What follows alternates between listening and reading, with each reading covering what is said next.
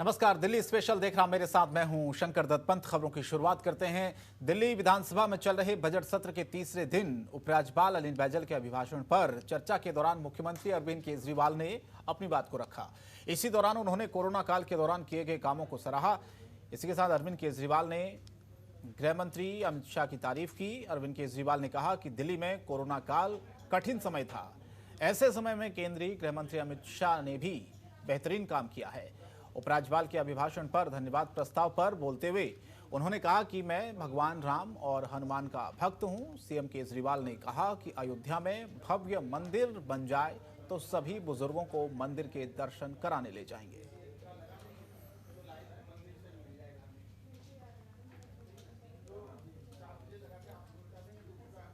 तो मुख्यमंत्री अरविंद केजरीवाल ने आज कहा कि जिस तरह से मंदिर अगर बनता है तो बुजुर्गों को राम मंदिर के दर्शन कराए जाएंगे। साथ ही दिल्ली के सीएम ने यह भी बताया कि राम राज्य से प्रेरणा लेकर ही उन्होंने सरकार के लिए 10 सिद्धांत बनाए हैं। तो कौन से 10 सिद्धांत है देखिए आप। पहला सिद्धांत है कोई भूखा न सोए, इसके लिए अलग योजनाएं बना रही है सरकार। दूसरा है हर बच्चे को, चाहे गरीब का बच्चा क्यों न हो, उसको अच्छी शिक्षा मिलनी चाहिए। एक जैसे पढ़ने के अवसर हम हर एक बच्चे को दे रहे हैं। तीसरी बात मुख्यमंत्री ने कही, कोई बीमार हो जाए, चाहे अमीर हो या गरीब हो, उसको सबसे अच्छा इलाज मिलना चाहिए। हमने सरकारी अस्पतालों को ठीक किया है। कोई कितना भी गरीब क्यों न हो, उसके घर में अंधेरा ना हो। 200 यूनिट बिजली हमने माफ कर दी है। दिल्ली दुनिया का अकेला ऐसा राज्य है जहां 200 यूनिट बिजली फ्री में मिलती है, अमीर को भी गरीब को भी। पांचवा सिद्धांत है सबको पानी मिलना चाहिए, चाहे वो अमीर हो चाहे वो गरीब हो। छठा सिद्धांत है रोजगार सबके पास होना चाहिए। हम हर प्रयास कर रहे हैं, साफ नियत से कोशिशें कर रहे हैं। सातवां सिद्धांत था कि मकान हर आदमी के सर पर छत होनी चाहिए। हम चाहते हैं कि जो लोग झुग्गी झोपड़ी में रहते हैं उनको पक्का मकान मिले। आठवां सिद्धांत था महिलाओं की सुरक्षा। पुलिस हमारे पास नहीं है, लेकिन इसका रोना रोने से फायदा नहीं है। जिसका काम वो करें। हमारा काम था सीसीटीवी लगवाना, बसों में यात्रा फ्री करवाना, मार्शल लगाना, जो कि हमने किया। नौवां सिद्धांत बताया बुजुर्गों को सम्मान दिलाना। बुजुर्गों को तीर्थ यात्रा कराई जाएगी, ये उनका आखिरी फेज है जिंदगी का। हमारे धर्म ग्रंथों में लिखा है कि अयोध्या में राम मंदिर बन जाए तो सभी बुजुर्गों को मंदिर के दर्शन कराने ले जाएंगे।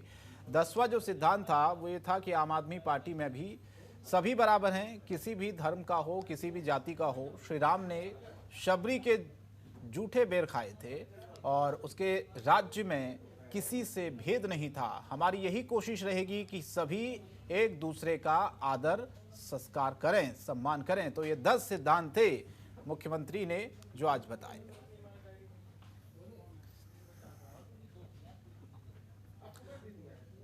तो और कुछ क्या कहा है दिल्ली के मुख्यमंत्री अरविंद केजरीवाल ने इस बारे में, सुनिए जरा भी।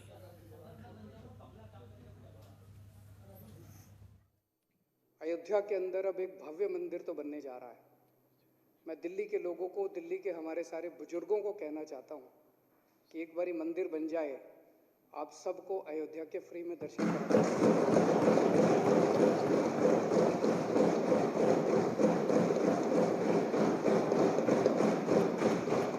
जो काम दिल्ली में 5 साल में हो गया वो 70 साल में क्यों नहीं होगा? 70 साल के अंदर इन दोनों पार्टियों ने मिलकर शिक्षा व्यवस्था को ठीक क्यों नहीं किया? आज मैं पूरी जिम्मेदारी के साथ कह रहा हूं कि इन दोनों पार्टियों ने मिलकर एक षड्यंत्र के तहत इस देश की शिक्षा व्यवस्था को बदहाली में रखा है। जानबूझ के रखा गया है। इन्होंने जानबूझ के इस देश के लोगों को गरीब रखा और इस देश के बच्चों को अनपढ़ रखा, क्योंकि ये चाहते थे कि अगर ये बच्चे अनपढ़ रहेंगे तो ये बच्चे बेरोजगार रहेंगे, अगर ये बच्चे अनपढ़ रहेंगे तो ये बच्चे पिछड़े रहेंगे, अगर ये बच्चे अनपढ़ रहेंगे तो ये गरीब रहेंगे, ताकि अमीरों को अपनी फैक्ट्रियों के लिए और अपने घरों के लिए सस्ते में लेबर मिल सके। हम नेता जितनी मर्जी अपनी तारीफ कर लें, ना प्रधानमंत्री जी गए अस्पताल में, ना केजरीवाल गया अस्पताल में। अस्पताल में इलाज तो डॉक्टरों ने करा।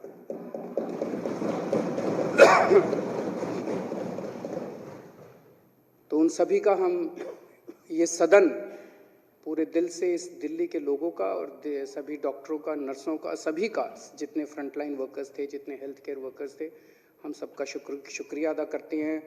नई नई पद्धतियाँ दिल्ली ने पूरी दुनिया को दी।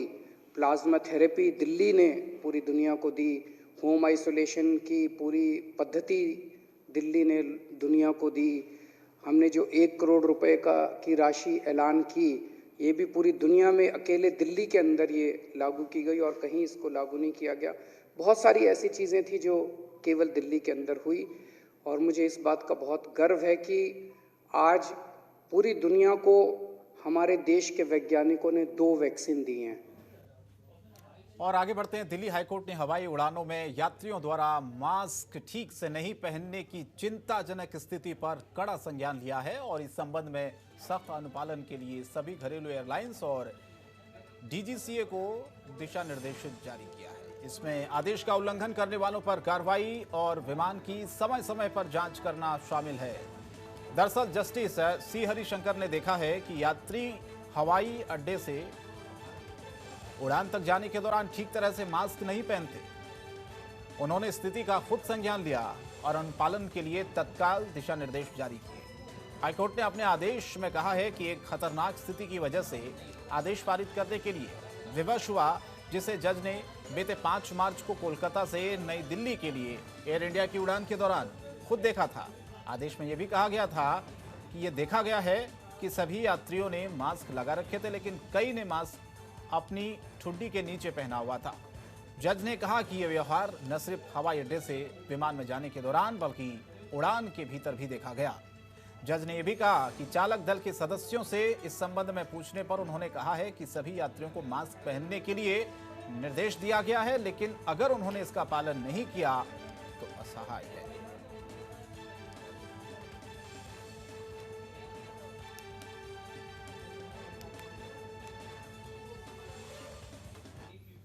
चले बढ़ते आगे, कुछ और खबरों का रुख कर लेते हैं। दिल्ली विकास प्राधिकरण यानी कि डीडीए की आवासीय योजना 2021 के तहत दिल्ली के कई स्थानों पर 1353 फ्लैटों का आवंटन का ड्रॉ आज किया गया। पहली बार ऐसा हुआ है कि स्कीम की पूरी प्रक्रिया ऑनलाइन हुई है।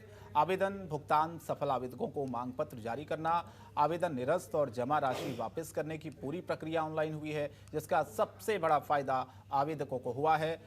उन्हें सिर्फ एक बार डीडीए के दफ्तर जाना पड़ेगा और इसी साल 2 जनवरी से 16 फरवरी के बीच खोली गई स्कीम को कोविड-19 महामारी के दौरान आर्थिक मंदी के बावजूद भी अच्छा रिस्पांस मिला है। डीडीए ने बताया है कि इस योजना में कुल 22,752 आवेदन पत्र प्राप्त हुए थे, जिसमें से 253 HIG, 757 MIG, 52 LIG और 291 EWS यानी कि जनता फ्लैट के लिए आवेदन प्राप्त हुए थे। तो इस साल डीडीए के फ्लैटों का ड्रॉ सॉफ्टवेयर के माध्यम से रैंडम नंबर जनरेशन टेक्निक के आधार पर किया गया है।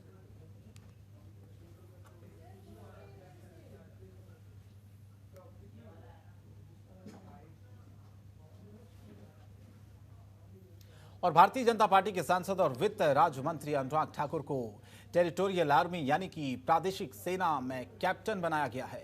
उनका प्रमोशन करते हुए उन्हें यह मानद उपाधि दी गई है। वो पहले ऐसे सेवारत सांसद और मंत्री हैं जिन्होंने टीएमए पद हासिल किया है। हिमाचल प्रदेश के हमीरपुर से सांसद अनुराग ठाकुर से पहले भी राजनीति, खेल, अन्य क्षेत्र की हस्तियों को सेना में मानद उपाधि दी जा चुकी है।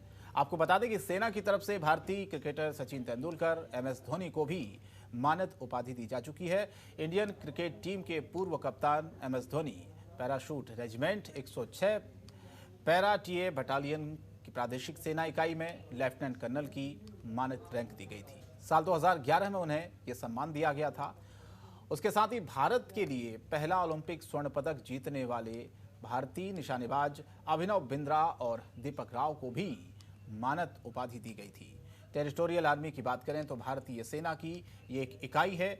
इसमें सामान्य श्रमिक से लेकर सरकारी नौकरी में शामिल 18 से 42 वर्ष तक के नागरिक शामिल हो सकते हैं। उनका शारीरिक रूप से समर्थ होना बहुत ज़रूरी है।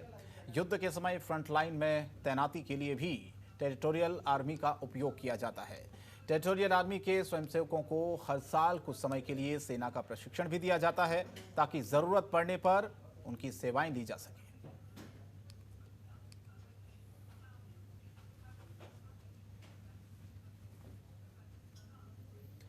और पूर्वी दिल्ली निगम पार्षदों ने अधिकारियों पर सवाल उठाए हैं कि भ्रष्ट अधिकारियों को अच्छे अच्छे पद दिए जा रहे हैं और ईमानदार अधिकारियों को सस्पेंड किया जा रहा है।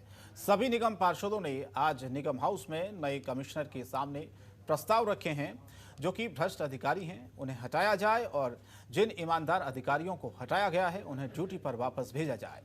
स्टैंडिंग कमेटी के चेयरमैन ने यह कहा है कि कमिश्नर के सामने सभी मामलों को रखा गया है। कमिश्नर ने आश्वासन दिया है कि जांच के बाद जो भी दोषी पाएगा उस अधिकारी को तत्काल सस्पेंड किया जाएगा और जो निर्दोष है उसको ड्यूटी पर भेजा जाएगा।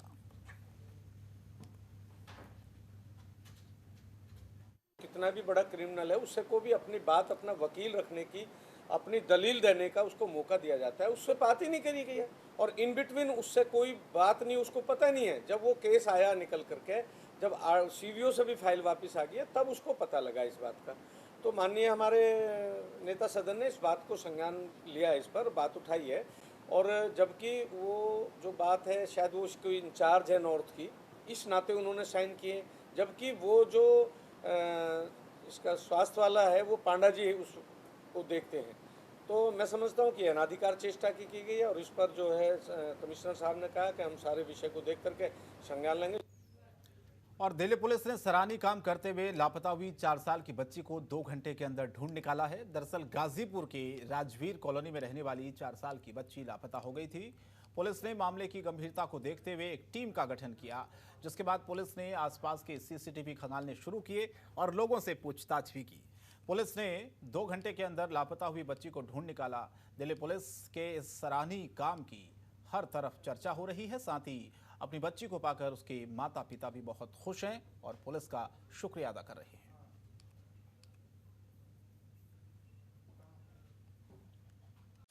खबरों के निष्पक्ष विश्लेषण के लिए सब्सक्राइब करें Jantantra TV and press the bell icon. Never miss any update.